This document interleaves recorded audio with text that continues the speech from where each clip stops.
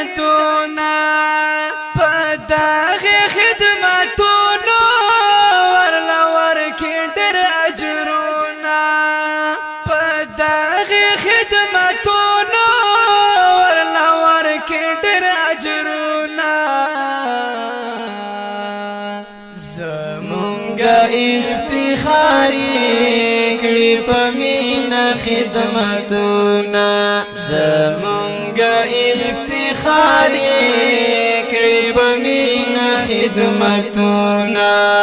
بسم الله الرحمن الرحیم. السلام علیکم ورحمۃ اللہ وبرکاتہ. مرګونو ته تاسو په خدمت کې حاضر یم او څنګه چې تاسو معلومه چې دا ګرمي نن څوی مرض ده چې حد نه سیوا ده او زما په خیال چې نن او پرون چې کوم اور ورېدو نو دغه د جنګو چې کوم صحیح انسانان دي چې کوم په طاقت کې دي نو هغوی د هغې برداشت نه شو کوی. دا زمونږ چې کومه بیماره خور ده الحمدلله دا 2-3 پېرې موږ دلته رالو چې د ګردو له علاجه بیماره ده. بېګا د دې یو ماشومه لورکۍ ده دې ټېلیفون وکړو چې یاره زمونږ تکلیف ډېر زیات دی. حقیقت خبره چې کله دا د بجلۍ خو له توره دغه مسلې کله ځي کله راځي او بیا چې داسې بیمار پروت نو دا ډېر زیات ګران کار وي.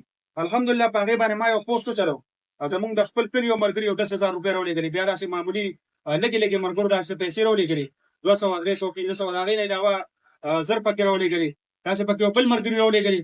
الحمدلله زمونږ دغه تطبیق چې کوم روان دی دا هم د دغه شان د لاعلاجه خلکو لپاره روان دي چې کوم ځای کې داسې تطبیق کې مبتلا خلک دي.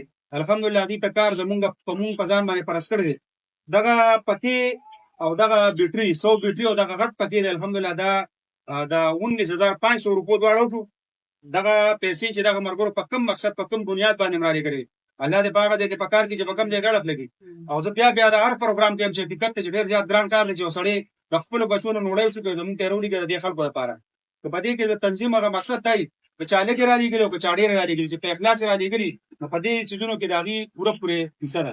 پور دوا به ورته کې ښه دوا به درته نه کوم نسونه درته زما خو تاسو ته دوا ده په دې درته نه کوم دغه پیسې چې چا دي هغه خلکو ته هم دوا کوو مونږ ته هم کوو ځکه مونږ بیا ډېر ګران کار دی چې دغه پیسې دغه خلک د خپلو بچو نه راوشي او مونږ تاسو ته یې راولېږي او تاسو ته بیا مونږ څه وکړو.